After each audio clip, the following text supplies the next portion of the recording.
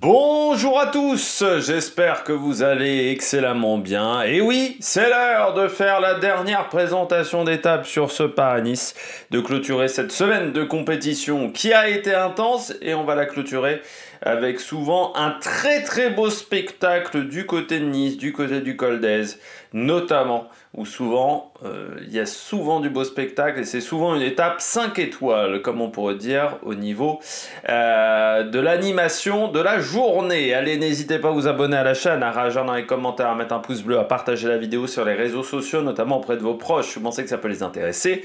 Dans les commentaires, n'hésitez pas à me dire qui sont vos favoris pour cette journée, quelle est votre grosse cote. Quand vous vous abonnez à la chaîne, vous pouvez rajouter la petite cloche, comme ça vous êtes au courant des dernières vidéos qui viennent de sortir. Et plus vous cliquez rapidement sur une notification, sur une miniature, plus les vidéos sont mises en avant par YouTube. Vous pouvez également, si vous avez les moyens, faire un super thanks, mais ça se passe dans les commentaires. Cette étape en finale, c'est l'étape Rennes. C'est l'étape Rennes parce que, bon, je pense qu'on restera un peu sur notre faim avec l'étape de samedi. Je précise que j'enregistre, nous sommes vendredi. Il est 13h20. Et qu'en réalité, l'étape Rennes, ça va être celle-là, l'étape Rennes. Parce qu'on sait très bien que le final autour de Nice est toujours extrêmement compliqué, que cette étape, depuis qu'elle a été inventé, j'ai envie de dire, il y a une vingtaine d'années désormais, où on avait décidé d'abandonner le contre-la-montre du Col d'Èze pour faire une étape en ligne assez courte et avec du spectacle. C'est vrai qu'à l'époque, c'était faire 120 km, 130 km de moyenne montagne, c'était pas habituel. Dans le milieu du cyclisme il y a 20 ans. On était plutôt sur des journées extrêmement longues. Les petites étapes, c'était 165, 170 km. Maintenant, on a parfois des journées de 120, 130 km, mais ça n'existait pas il y a 20 ans. Et quand ASO et Paris-Nice ont décidé de mettre ça en place sur cette course, eh bien, je trouve que ça a été une excellente étape. On a souvent du grand spectacle dans cette journée. Parfois même avant le direct télé, alors ça c'est un petit peu dommageable, c'est vrai que le direct télé commence presque trop tard, c'est une étape qu'il faudrait je pense diffuser presque en intégralité parce que certaines années il se passe vraiment énormément de choses. Alors malgré tout on sent qu'on a fait quelques modifications sur le parcours parce que c'est vrai que là sur la première partie de journée ça sera une longue montée vers un col de première catégorie qui se retrouvera à mi-journée. Peut-être qu'on a eu cette idée-là pour les télévisions, qu'on a modifié un petit peu la manière de faire. Et ensuite, sur la fin, par contre, on reste sur un classique avec notamment le col des 4 chemins, qui est en fait la version raccourcie du Col d'Èze, mais extrêmement dur. Et il faudra mettre ses dernières forces dans la bataille d'une course qui est chaque année exigeante, à la fois par le rythme, par Nice c'est exigeant, mais aussi par les conditions climatiques. Mais c'est vrai que c'est une course où souvent il y a énormément de rythme dès la première étape. Allez, on regarde tout de suite le parcours de cette dernière journée de compétition. Donc on part de Nice pour arriver à Nice.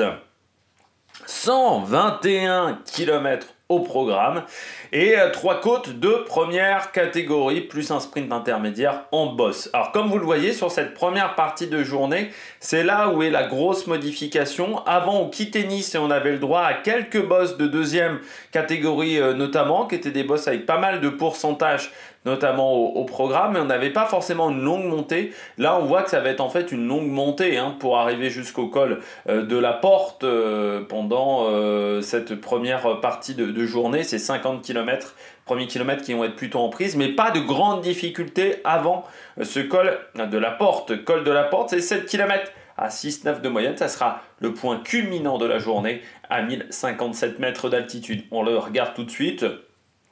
Bon, c'est une montée plutôt régulière, pas de grande surprise, voilà, on est entre 6 et 6,5 et 8%, on va dire, grand maximum.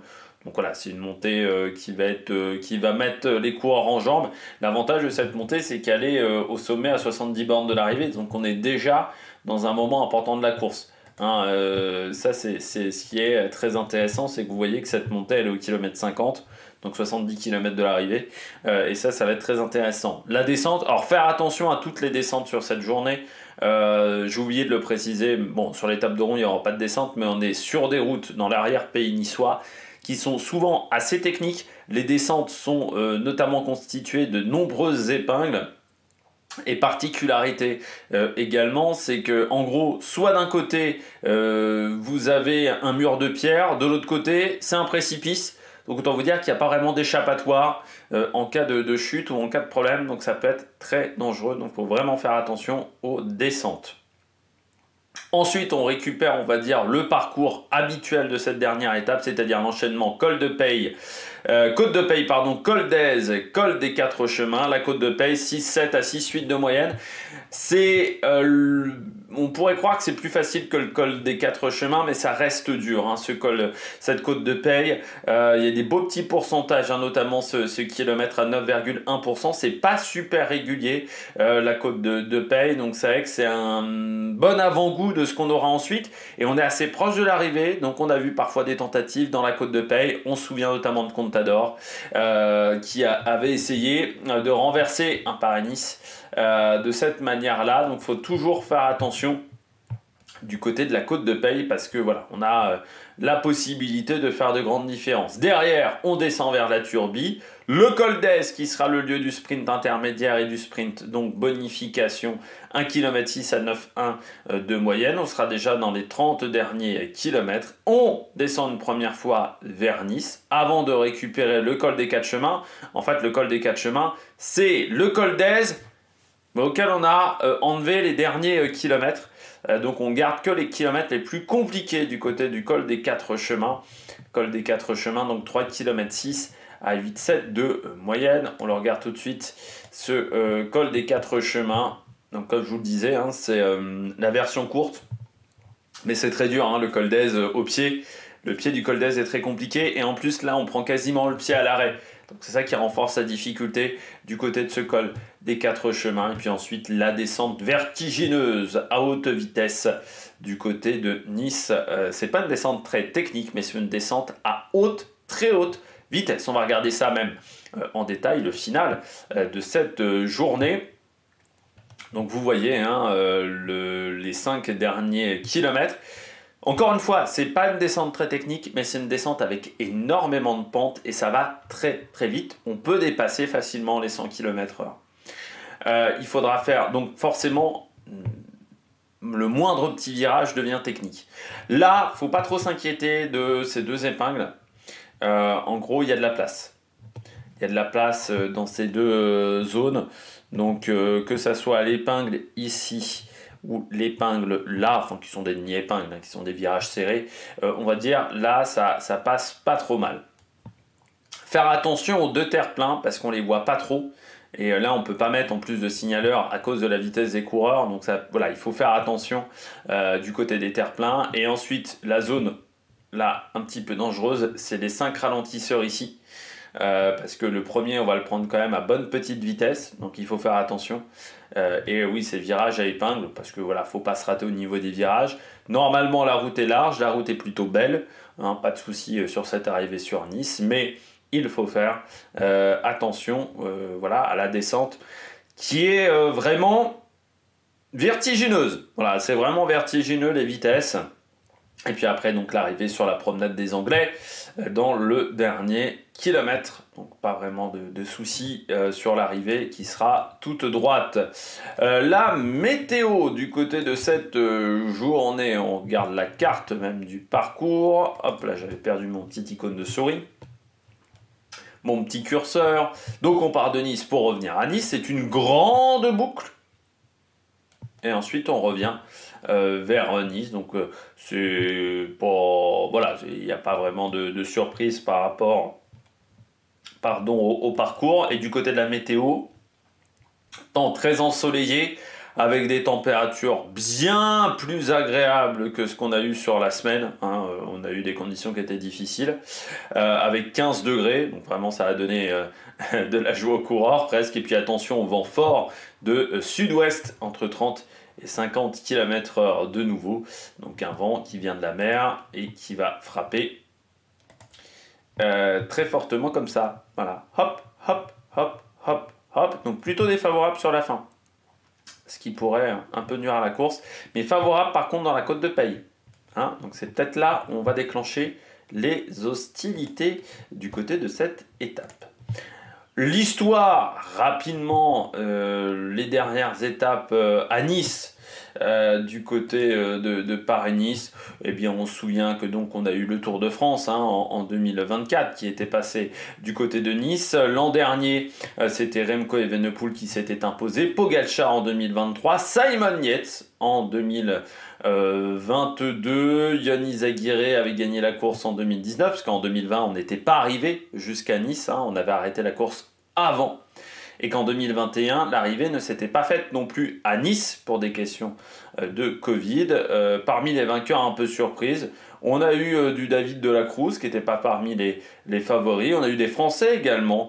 Je pense à Tony Galopin ou Arthur Vichot, voilà, qui avait pu remporter des étapes autour de Nice. Thomas Voeckler en 2011 dans des conditions également très difficiles au niveau du temps. Donc voilà, pas mal de vainqueurs, notamment des Français. Et puis on se souvient de la victoire de Julien Alaphilippe face à Marc Hirschi. C'était sur le Tour de France. C'était en 2020, où ça avait été un bon match entre les deux. La stratégie, en fait, tout dépendra du classement général au départ de la journée. Si il y a des écarts, il ne se passera peut-être pas grand-chose. Par contre, si on a des écarts qui sont assez réduits, si on sent que les leaders sont fragiles, il y a des opportunités. Et ça peut commencer dès la côte de Peille. Ça peut commencer dès cette montée-là. Si on peut reprendre une minute sur cette journée, on peut reprendre une minute 20 dans les 50 derniers kilomètres. Donc ça peut être très intéressant sur cette étape. Et puis le premier passage au col d'Es, certes c'est court, mais ça peut permettre de lancer des hostilités, surtout si on est à l'aise avec la vitesse en descente. Parce que certes la descente n'est pas technique, mais aller à 100 km/h avec un vélo, chez certains coureurs il y a une appréhension, donc il faut réussir à débrancher, on va dire, le cerveau, c'est-à-dire débrancher les peurs, débrancher les appréhensions et attaquer au maximum, et là c'est pas forcément évident pour les coureurs. Mes favoris, donc je rappelle, j'enregistre, nous sommes le 14 mars, c'est-à-dire j'enregistre vendredi, l'étape 6 et 7 n'ont pas encore eu lieu, donc il peut y avoir des surprises au niveau de la liste de départ, des modifications, voilà, mais encore une fois je suis obligé d'enregistrer plus tôt pour des questions d'organisation. Mes favoris, bien, je mets Almeida, même si c'est pas forcément le parcours qui lui a toujours réussi. Je pense que Almeida aura encore un petit peu de retard ce matin au départ, pour tout vous dire au général, et je me dis, avec un petit retard de 15 secondes, il y a un moment, il faut être offensif. Lui, il faut qu'il tente de la côte de Peille. Il ne pourra pas rester au col d'Ez, mais il a l'air quand même d'avoir des sacrées jambes. Donc je me méfierai. Jorgensen, déjà été performant sur cette étape. C'est des côtes qui, je pense, correspondent à ses qualités. Après, il faudra voir comment il aura résisté à la semaine de compétition, avec notamment le maillot leader. Lipovic, toujours bien placé. Lipovic, toujours dans les bons coups.